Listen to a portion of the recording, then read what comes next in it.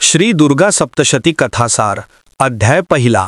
मार्कंडेय मुनी म्हणाले, सूर्याचा पुत्र आणि 8वा मनू, ज्याचे नाव होते सावर्णिक मनू, त्याच्या उत्पत्तीची हकीकत ऐका। महामाया भगवती श्री अंबिकेच्या आशीर्वादाने सावर्णिक मनूला मन्वंतराचे स्वामित्व कसे मिळाले ती हकीकत मी आता तुम्हाला सांगतो। फार पुरातन काळाची गोष्ट आहे। स्वारोचिष नावाच्या मन्वंतरामध्ये सुरथ नावाचा एक राजा होऊन गेला। तो चैत्र वंशामधील असून चक्रवर्ती राजा होता। तो महापराक्रमी व प्रजाहितदक्ष राजा आपल्या प्रजेचा प्रतिपाळ स्वतःच्या मुलांप्रमाणे धर्मशास्त्रपूर्वक करीत असे। अशा त्या उदार व नीतिमान राजाशी कोला विध्वंसी नावाचे क्षत्रिय शत्रुत्व करू लागले। तेव्हा राजा सुरथ व ते कोला विध्वंसी क्षत्रिय यांच्यात प्रचंड रणसंग्राम झाला। जरी कोला विध्वंसी क्षत्रिय संख्येने कमी असले तरी त्यांनी रणांगणावर सुरथ राजाला पराभूत केले। तेव्हा राजा सुरथ युद्धातून निघून परत आपल्या नगरीला आला। त्याचे चक्रवर्ती पद नष्ट झाले होते आणि तो केवळ आपल्या देशापुरताच राजा राहिला होता। त्या बलाढ्य शत्रूंनी त्याच्या नगरीवर सुद्धा आक्रमण केले। राजाचे सामर्थ्य क्षीण झाले होते, म्हणून त्याच्या बेईमानी व दुष्ट मंत्र्यांनी नगरीतील सारा खजिना व सैन्य आपल्या ताब्यात घेतले। तेव्हा शिकारीला जाण्याचा बहाणा करून राजा सुरथ घोड्यावर स्वार होऊन एकटाच घनदाट अरण्यामध्ये निघून गेला। तेथे राजाने सुमेधा नावाच्या मुनींचा एक आश्रम पाहिला। तेथे वाघ, सिंह, लांडगे यांसारखे क्रूर प्राणी आपली हिंस्त्र वृत्ती सोडून परमशांतीने व मित्रभावनेने राहत होते। मुनींचे कित्येक शिष्य त्या वनात फुलझाडी व बगीचा लावून त्याची शोभा वाढवत होते। तेथले प्रसन्न व प्रेमळ वातावरण पाहून राजा सुरथ या आश्रमातच राहिला। त्या आश्रमात राहत असताना राजा सुरथ चिंतामग्न होऊन विचार करू लागला की न जाणो माझ्या नगरीची आता काय अवस्था असेल। माझे दुराचारी प्रधान न्याय आणि धर्माने नगरीचा कारभार चालवित असतील असे वाटत नाही। माझा प्रधान हाही शत्रूला वश होऊन कोणकोणते भोग भोगीत असेल कोणास ठाऊक। माझ्या कृपेने धन मिळवून सदा सर्वदा माझे अनुकरण करणारे लोक आता खात्रीने दुसऱ्या राजाची सेवा करीत असतील। मी अत्यंत कष्टाने जमा केलेला खजिना हे लोक चैनीत व भोगविलासात रिकामा करून टाकतील। अशा प्रकारच्या चिंतेने राजा नित्य तळमळत असे। एके दिवशी ब्रह्मर्षी सुमेधा मुनींच्या आश्रमात एक वैश्य आला। तेव्हा सुरथ राजाने त्या वैश्याला विचारले, हे सज्जन गृहस्था, तू कोण आहेस? येथे येण्याचा तुझा काय उद्देश आहे?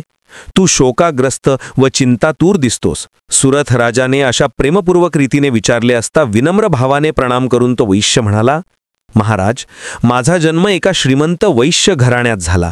माझे नाव समाधी असे आहे। माझ्या दुष्ट बायकोने व मुलांनी द्रव्याच्या लोभाने मला घराबाहेर हाकलून लावले। माझ्या अत्यंत विश्वासातील अशा आप्तेष्टांनीच मला स्त्री, पुत्र व धन यापासून वंचित केल्यामुळे मी दुःखी, कष्टी आहे आणि म्हणून मी या वनामध्ये निघून आलो आहे। परंतु तिकडे घरी माझी बायकापोरे खुशाल आहेत की नाहीत, की त्यांना काही कष्ट आहेत, याची मला मोठी चिंता वाटत आहे।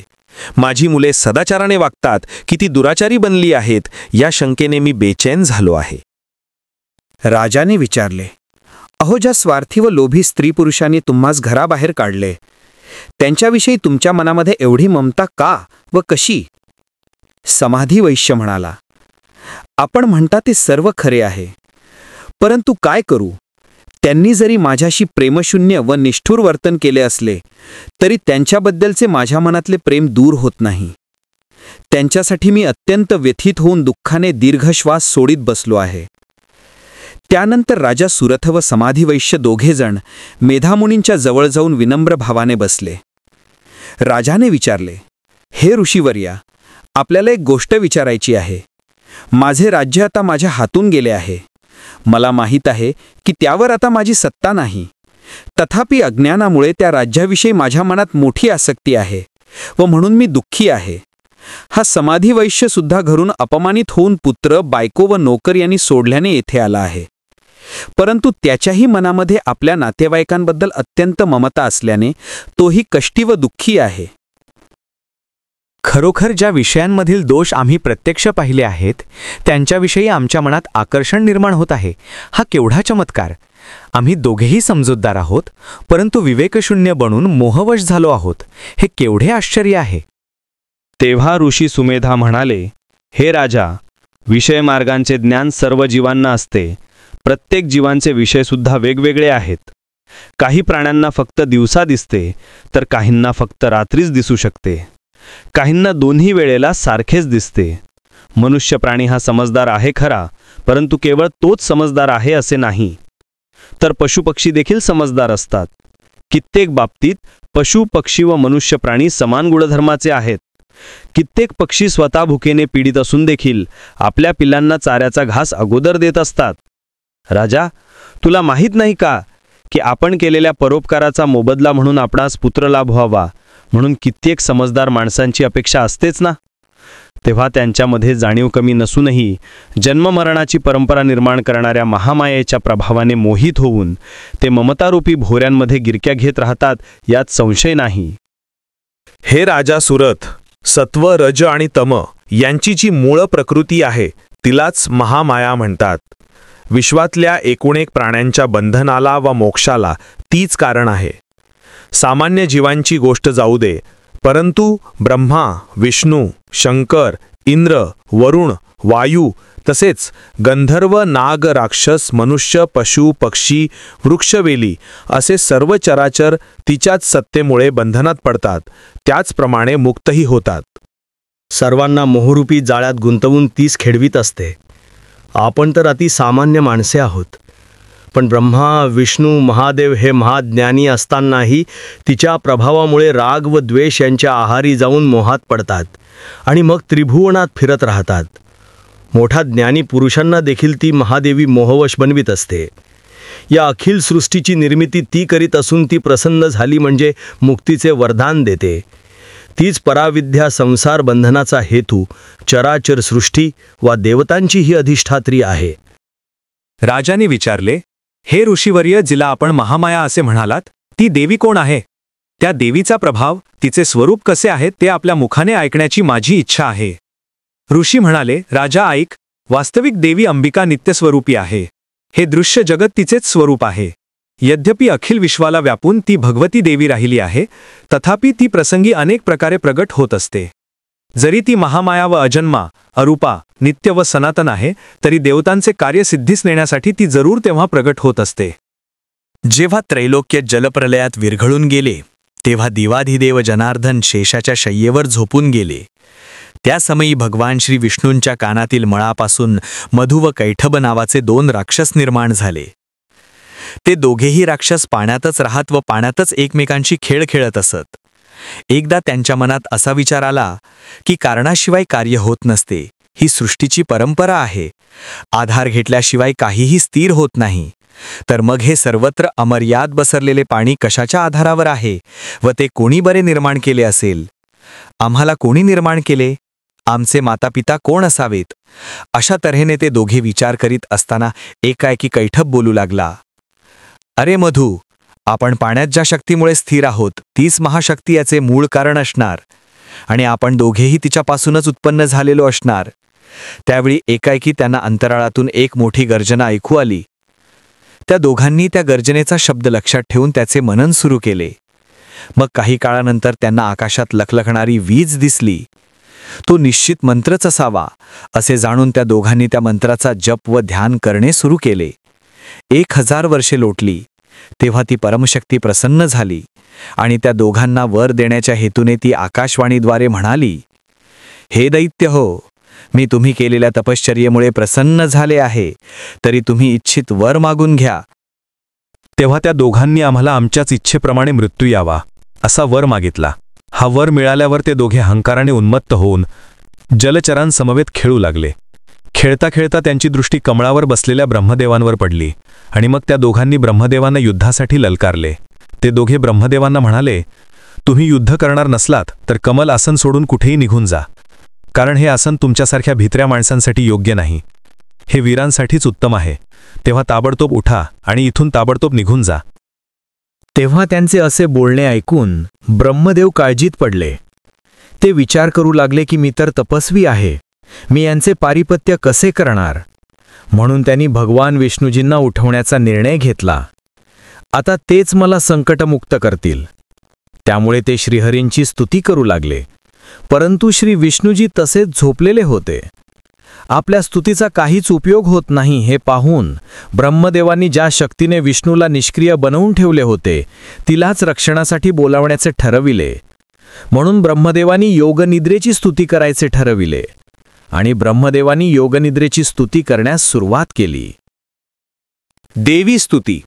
ब्रह्मदेव म्हणाले, देवी, तू स्वाहा, तू स्वधा व तू स्वषटकार आहेस. ही सर्व तुझीच रूपे आहेत. जीवन देणारी अमृतसुद्धा तूच आहेस.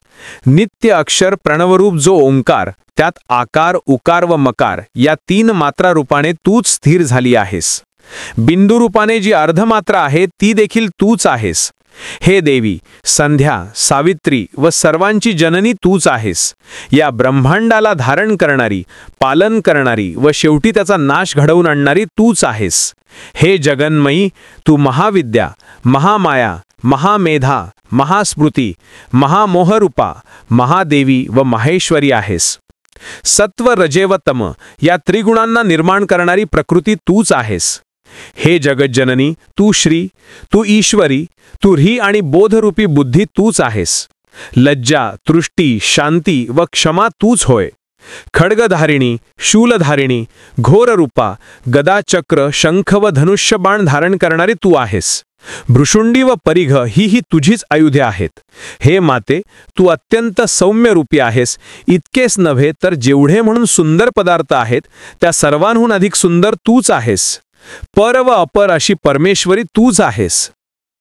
सत्य व असत्यरूपी ज्या काही वस्तू आहेत त्या सर्वांची आद्यशक्ती तू आहेस. अशा स्थितीमध्ये ही माते, तुझी यथायोग्य स्तुती करण्यास कोण बरे समर्थ आहे? मला, भगवान शंकर व श्री विष्णू यांनाही निर्माण करणारी तूच असून तुझ्या सामर्थ्याचे वर्णन करण्यास कोणीही समर्थ नाही.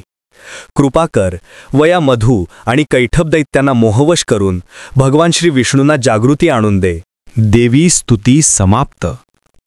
अशा प्रकारे ब्रह्मदेवाने स्तुती केल्यावर योगनिद्रा भगवंतांच्या शरीरापासून दूर झाली व श्रीविष्णुदेव जागे झाले. त्यांनी युद्धामुळे उन्मत्त झालेल्या मधुकैटभांबरोबर 5000 वर्षे बाहुयुद्ध केले. तरीही ते दोघे दैत्य पराभूत झाले नाहीत. एकट्या श्रीविष्णूजींबरोबर ते दोघेही आळीपाळीने लढत होते. एक थकला की दुसरा पुढे येऊन लढाई करत असे. त्या दोघांची लढाई करून श्रीविष्णूजी थकत चालले होते. तेव्हा श्रीविष्णू त्यांच्या मरणाचा उपाय काय याचा विचार करू लागले.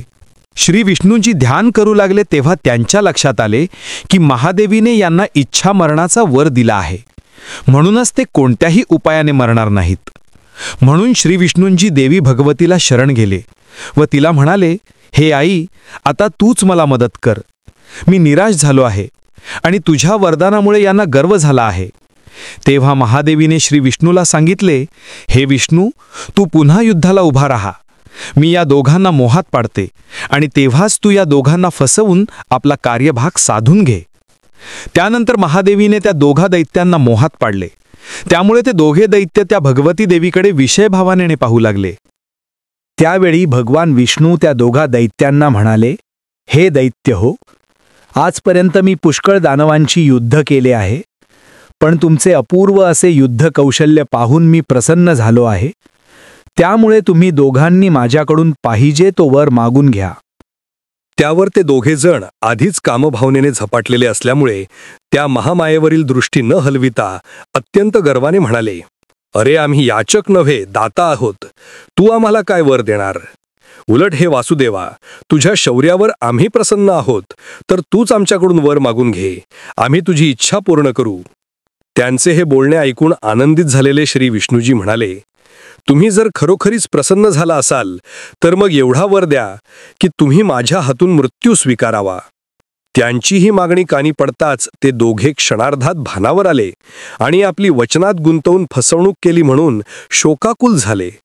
मग त्यांनी विचार केला आणि इकडे तिकडे पाहून ते श्री विष्णूला म्हणाले की तू आम्हाला जिथे पाणी नसेल अशा कोरड्या जागी आमचा वध कर. तेव्हा शंख, चक्र, गदा व पद्म धारण करणाऱ्या कमलनयन श्री विष्णूने आपल्या मांड्या विस्तारून आपल्या मांड्यांवर त्यांची मस्तके ठेवून ती आपल्या सुदर्शन चक्राने कापून टाकली. त्या दोघा दैत्यांच्या मेदामुळे म्हणजे चरबीमुळे सर्व सागर व्यापला गेला आणि त्या वेळेपासून पृथ्वीला मेदिनी असे नाव मिळाले. याच कारणामुळे माती ही अभक्ष्य आहे. म्हणूनच शहाण्या लोकांनी त्या महामाया व महाविद्येची उपासना करावी, तिचीच आराधना करावी, तिचीच सेवा करावी. श्री दुर्गा सप्तशती कथासार अध्याय 1 समाप्त. व्हिडिओ आवडल्यास व्हिडिओला लाईक, शेअर, कॉमेंट आणि सबस्क्राईब करा. शेजारील बेल आयकॉनचे बटन प्रेस करा म्हणजे तुम्हाला माझ्या येणाऱ्या नवीन व्हिडिओचे सर्व नोटिफिकेशन मिळेल. व्हिडिओ बघितल्याबद्दल धन्यवाद.